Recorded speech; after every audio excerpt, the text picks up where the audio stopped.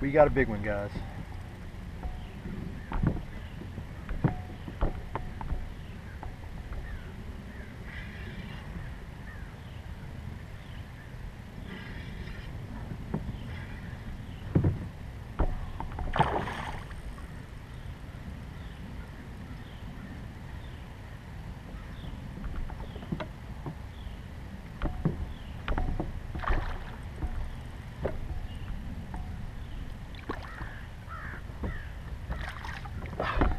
I love fall fishing, don't you?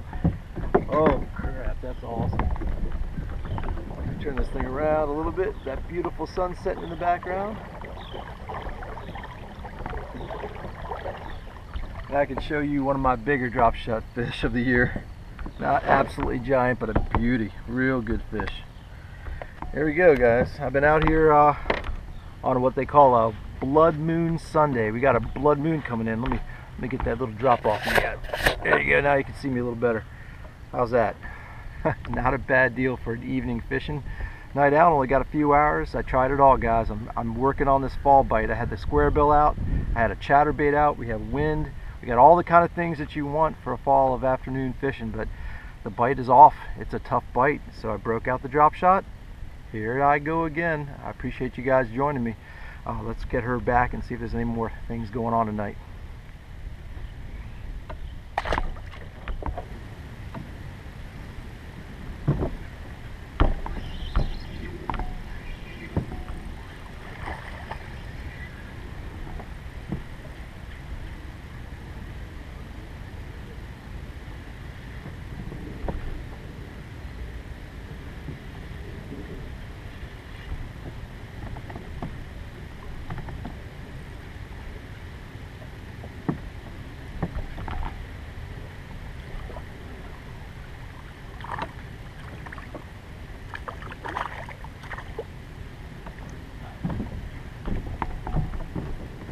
Well, at least she's hooked good. That's a little smaller than our last fish, but it's a cast later, guys. So I found my little chunk of fish here. Chunk of fish, group of fish. Let's see how many more of these we can get, but bigger. Alright folks, a lot of you guys have been asking for this. Let's do a full-blown 100% from bottom to top arsenal review on my drop shot setup. Here we go. Let's start from the bottom, guys. I've got a Shimano CI4 2500 series Stratic reel. This thing's unbelievable. This thing's ultra light, ultra smooth. So that's the reel I've been using, for most of my drop shotting this season.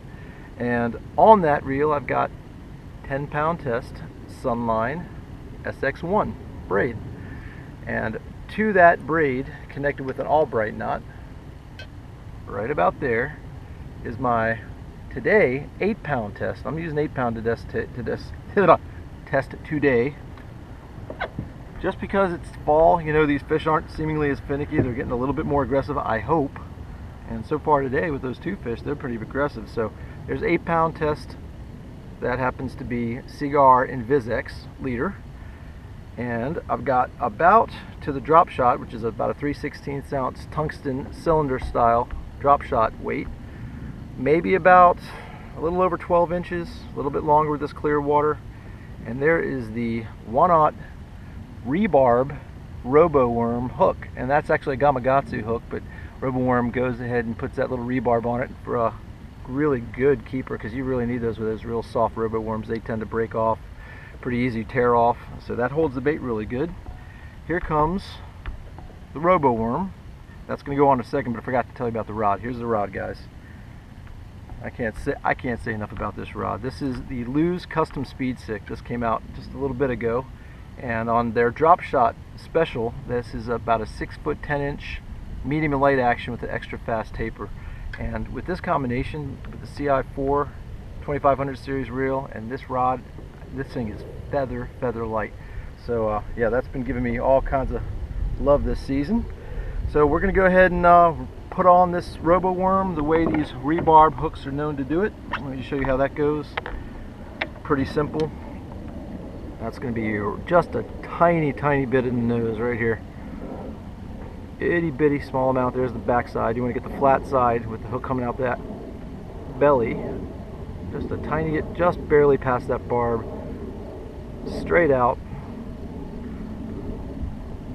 Let that rebarb do its work. Get that in there, and always, always, always leave that eye out so you can get the action out of that bait. Don't push that up too far past it to catch any of that line. You want that line free to let that bait move, and then of course you're gonna Texas rig that one just enough to make it perfectly straight. That worm's super soft, so I barely touch it just to get that hook point barely popping out. But that's it, guys. There's my arsenal for my drop shot rig.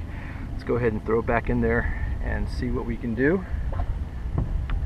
If you guys have been wondering what this pretty little orange can's all about, that's one of the easiest ways to add a little Jack's Juice to your deal. That's just crawfish scent Jack's Juice. No extra promotion here, just giving you guys a full-blown idea of what I've been doing. That's it. Just one little spray of that, just to get them to hold on a little longer. Let's see how this goes. Alright, if you guys can see where that buoy marker is, I got that buoy marker set up on a spot where the point drops. There's our point. You can see our big point of land out there that we're trying to fish. And we've got this point working for us. We've got land masses going right into the water and tapering down and out. So over through here it's a little more shallow, and right off this edge right here where that buoy marker is, it drops straight off.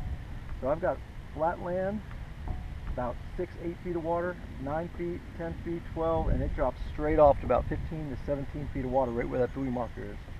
So all that is grass. I've got a ton of grass up on that point. Where that grass tapers down eventually at that drop off, the grass line stops. That grass line stops and that steep drop off, those fish love to sit right on that edge. So I've been picking off fish just a little bit to the left of that buoy marker, and above it and below it, it just depends. You know, the fish move up and down off that point.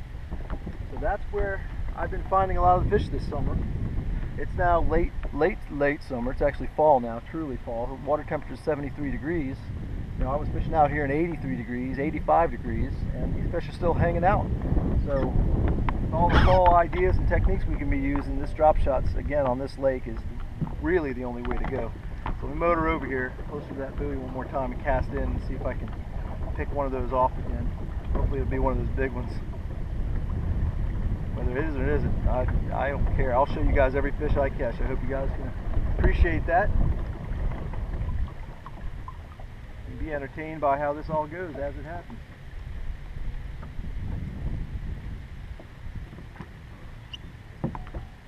I don't keep it out there long. If it drops and I give it barely a couple little shakes, and I'm not shaking it much, I'm letting a lot of the motion of the ocean do the work. I mean, I'm moving the line, not the weight. That's the big deal with drop shotting. Those robo worms are so soft. They don't need much action. Sometimes I'll just be sitting there, and if you watch any of my other videos, you'll see times literally I'm just holding the rod perfectly still and I load up on them. So let's cast this back out there a little farther up on the point. So I'm up on the point now. That's probably about 8-9 feet of water right there. As I come away from the point, I'm going to be dropping into about 10 to 12. And as that slope comes down, those weeds are going to stop, and that's a lot of times where the bite's going to happen.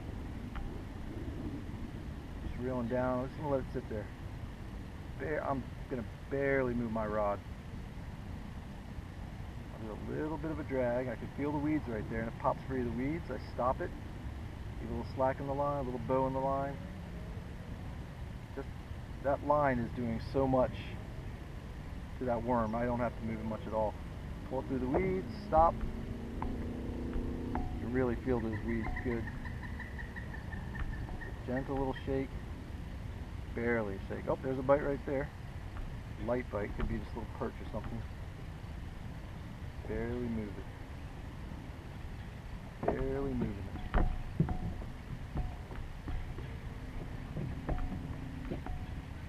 Real calm out here. I don't have to do much with the trolling motor to keep position.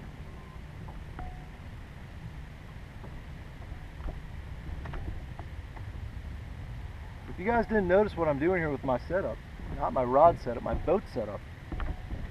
Everyone wants to know what this boat is. It's a Pelican Bass Raider 10E. It's one of those little mini bass pontoon boats. Ultra stable, ultra light, moves really fast. I've got a 55-pound thrust trolling motor on it. and I've got the motor set up on the back. This is the stern of the boat. This is the bow where I've got my got my tripod for the camera. So when I'm fishing and when I'm getting from spot to spot, I'm cruising that way. That's the bow of the boat. So the motor's pushing me. That's where I get all my thrust. But when I'm fishing, I'm actually using my trolling motor in reverse backwards. So I've only got 3 speeds, but it helps me to control the boat. It gives me the option to have the camera up front, which takes up the space of another trolling motor if I wanted to have one on the bow. But basically, I just kick it like that, reposition myself if I got wind, and as I'm fishing, if I want to move around, just as if I had a foot pedal, if it was a real nice bass rig, I just go in reverse. I move the boat into position as I go and just stop it and sit here and fish. Works out really good.